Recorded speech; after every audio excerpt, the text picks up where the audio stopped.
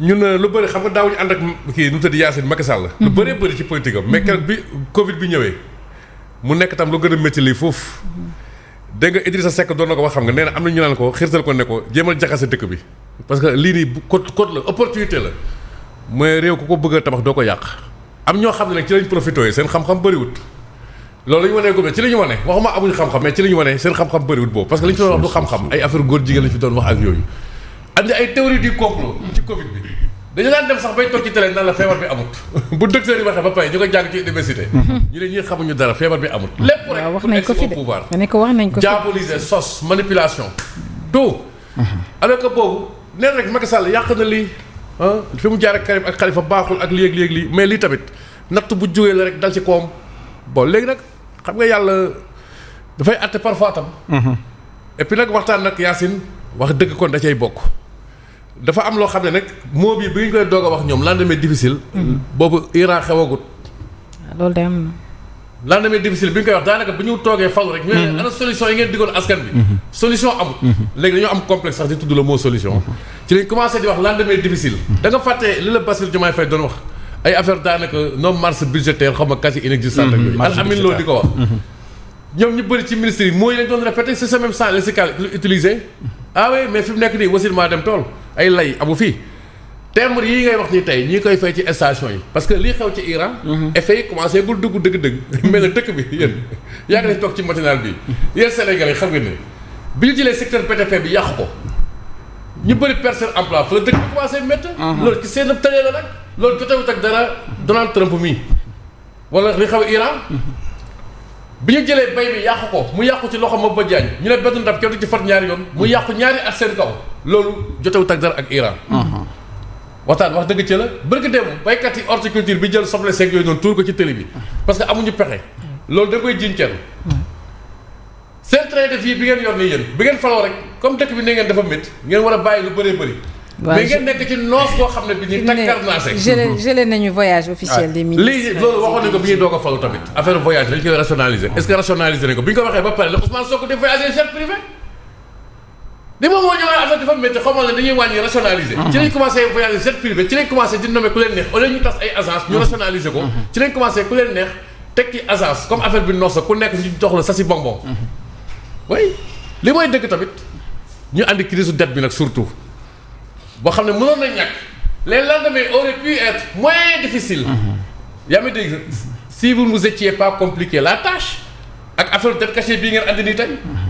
contre coup dette cachée boobu ñu ngi koy dund. bërki dem yaa si da ngay gis benn classement xam nga dañu daan toog fi wax naan Sénégal dafa jël daal ñuy reetaan. journal bitim réew ñoo koy wax bërki dem xam nga classement bu génn lu mu wax. ci wàllum bor bi. Sénégal nee na raw na léegi Mozambique donc ñu ne avant ndaare. alors que xam nga nguuru Macky Sall toujours ma répété ko fii nañ leen rappelé loolu boobu avant Covid beeg yëpp ñun bokk nañ 5 pays africains yu gën a baax structure endettement profil endettement taux d'intérêt yi c'était moins maturité yi c'était moins lii mooy dëgg quoi xam nga bu ñuy wax daal nañ wax dëgg bi yëpp quoi parce que dañoo taxaw suñu bàmmeel waaw li ngeen doon def nag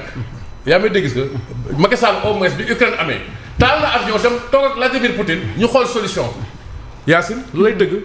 oui à chaque fois que choc exogène am nag justement c'est le moment pour que Sénégal wane que le Sénégal est une puissance diplomatique ñu négocier ak tubaab bi pourquoi pas négocier benn allègement bi ci endettement bi ñuy effacer ñu bor bi ak yooyu parce que tey dañuy politique muy ay politique yoo xam ne ni africains yi ñoo koy vivre donc tey nañu wane ne ñoom dañoo xariñ li Senghor doon def Abdoulaye Wade di ko def ba ci Macky Sall ñu taal avion yi dem waxtaan ak le reste du monde pour tamit ñu xool ay facilités pour les Africains waaye ils sont de grands hommes d'État foofu la yéen di xaar. Très bien alors Younoussa. Avec la crise au Moyen-Orient le Premier ministre qui en tout cas promet le pire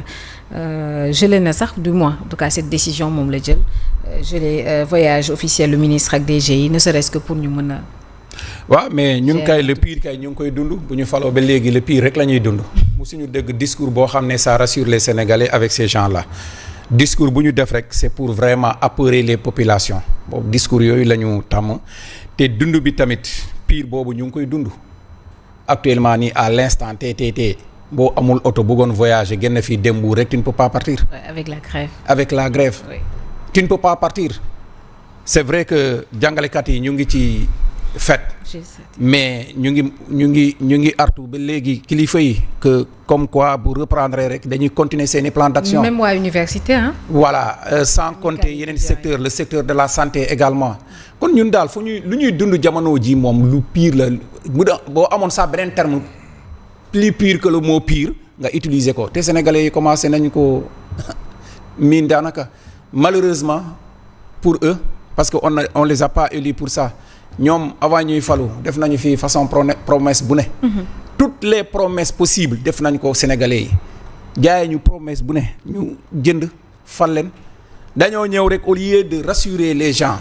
même si les comptes étaient vides même si le pays était au 7e sous-sol ou 20e sous-sol mais nga jël un discours qui rassemble et qui rassure les populations. discours boobu nga waroon démarrer mais malheureusement ñu démarrer ci ban discours le pays est ruiné on est au 4e sous-sol matt yi dafa tooy attachez vos ceintures mais loolu noonu fii les gens Sénégal daal c'est un peuple de guerriers nit ñi ñooy ay guerriers mais sinon moom si ça ne dépendait que des dirigeants heure bi ñëpp tuxu nañu dem nañu. léegi la crise au Moyen-Orient. la crise au Moyen-Orient mais c'est ils sont élus pour chercher pour ñu ut ay solutions si jafe-jafe yi crise dina am partout. Macky Sall de Senghor à Macky Sall am na ay crise boobu la gën a métti 73 79. Macky Sall ça métti na Macky Sall crise am bi avec la pandémie de Covid-19 lan lañ ci dundul à 17h 18h nga gis ñi di daw di ñibbi parce que à 21h personne ne sort jusqu'à 5h du matin lan moo gën a métti loolu l'économie était paralysée mais n'empêche daxuñu benn liggéeykat ñu wàññi salaire wàññi nañu ay salaire daxuñu benn liggéeykat mais léegi crise bu amee fële waroon nañu xam ne ni crise boobu dafa commencer rek les médias ont alerté. Oui. Crise boobu dafa commencer rek la guerre bombardement yi dafa commencer rek les gens ont alerté sur l'économie les conséquences sur le plan économique et surtout pour l'Afrique man je me rappelle jël naa ci ay nit ñu bëri des économistes ay économistes yu bëri dès le début deuxième jour ñu ne nañ Sénégal préparé bu dee day yàgg rek dina am répercussion sur les économies. xëy na loolu le premier ministre bi bëgg. waaw mais léegi ils n'ont qu'à chercher des non mais d'accord na que conséquence dina am mais na ut ay solution pour fagandiku conséquences yooyu c'est ça aussi quand on est élu on cherche des solutions à des problèmes ponctuels on cherche des solutions à des problèmes qui doivent venir. Le président a pris des mesures. Par exemple mooy les voyages interdire les voyages ou bien réduire les voyages. Le président de la République. waaw mais tant mieux alhamdulilah mais am na ay mesures yoo xam ne ñu ngi leen ciy xaar bi léegi fonds yu nekk à la présidence à la primature ak feneen fonds yoo xam ne ñoom ñoo waxoon ni ay fonds yu xaram la mais fonds yooyu ça existe jusqu'à présent ñaata milliards la est-ce que bu ñu ko supprimer woon jël xaalis boobu versé ko surtout actuellement nii bu ñu ko supprimer woon fonds yooyu jël xaalis boobu ñu ne léegi amul dañ koy supprimer. léegi 1% ñi mais ñun mais si ne pour te dire que lu ñëw lu métti rek ñoom askan wi lañ koy teg lu métti rek askan wi lañ koy teg. lu métti rek askan wi 1% ci taxe ci taxe ils ont surtaxé tout est surtaxé au Sénégal tout surtaxé partout dund bi di dem di gën a métti rek léegi ku doon jënd essence 10 000 15 000 da ngay teg 1500 de plus ou bien je ne sais pas 150 de plus pour l'État. C'est bien il faut participer Sénégalais yi ku nekk dafa war a participer au développement du pays mais gars yi ni ñuy defee affaire yi métti na ci Sénégalais yi de. wallahi métti na ci Sénégalais yi taxi yoo ak leneen li ñuy teg ngir am xaalis c'est bien beau mais Yacine nañu dem aussi voir les partenaires techniques et financiers xool ni ñuy débloquer la situation pour am xaalis bañ marché UEMOA bi c'est bien luñ ciy am mais c'est juste pour le fonctionnement or on ne cessera jamais assez de le dire boo demee lébi ay milliards c'est pas pour nga dem di def pour le fonctionnement d'un État c'est juste pour investir sur des projets structurants des projets yoo xam ne mën na créer de l'emploi des projets yoo xam ne ça va rapporter de l'argent à l'État malheureusement 2 ans et quelques semaines depuis qu'ils sont là c'est le contraire qu'on voit. Très bien alors Mamadou Fofana. waaw. li xew moom mooy mbirum li ñuy waxtaane nii di choc exogène bi nga xam ne ñu ngi koy wax war a dal suñu kaw Ousmane Sonko di ñu préparer ci ne woy jàppale ne réew mi moom taroon na waaye dina gën a tar loolu lépp nag boo ko gisee moom loolu waxoon nañ ko fi waajal leen pour dem dund ji jaxanama moom ci réew mi. loolu moom mooy am de loolu moom mooy am parce que tamit wax ji moo di ne benn réew mi guute gi mu nekk rek déjà ñooñu ci dugal. ñaareel ba amuñu solution pour li nga xam te ni mooy oyofal nekkinu sénégalais yi amuñu solution loolu moom mooy dëgg looloo tax ma la choc exogène bii bu ñëwee it maare day taale moom jaxanama ngeen di dund loolu moom amul ma dem te ñëw parce que tamit wanewuñ fi loo xamante ne nii mën na tax sax ñun suñu bopp ñu yaakaar ne Ousmane Sonko ak ay nitam mais mën nañu génn ci guute gi ñu nekk soxna si nañu waxante dëgg ñaata jafe-jafe moom moo fi am boobaak léegi bañ fi faloog léegi jël ay coow yoo xamante ne nii amul bopp amul genn tey ñuy wax ci lii suba ñuy wax ci lële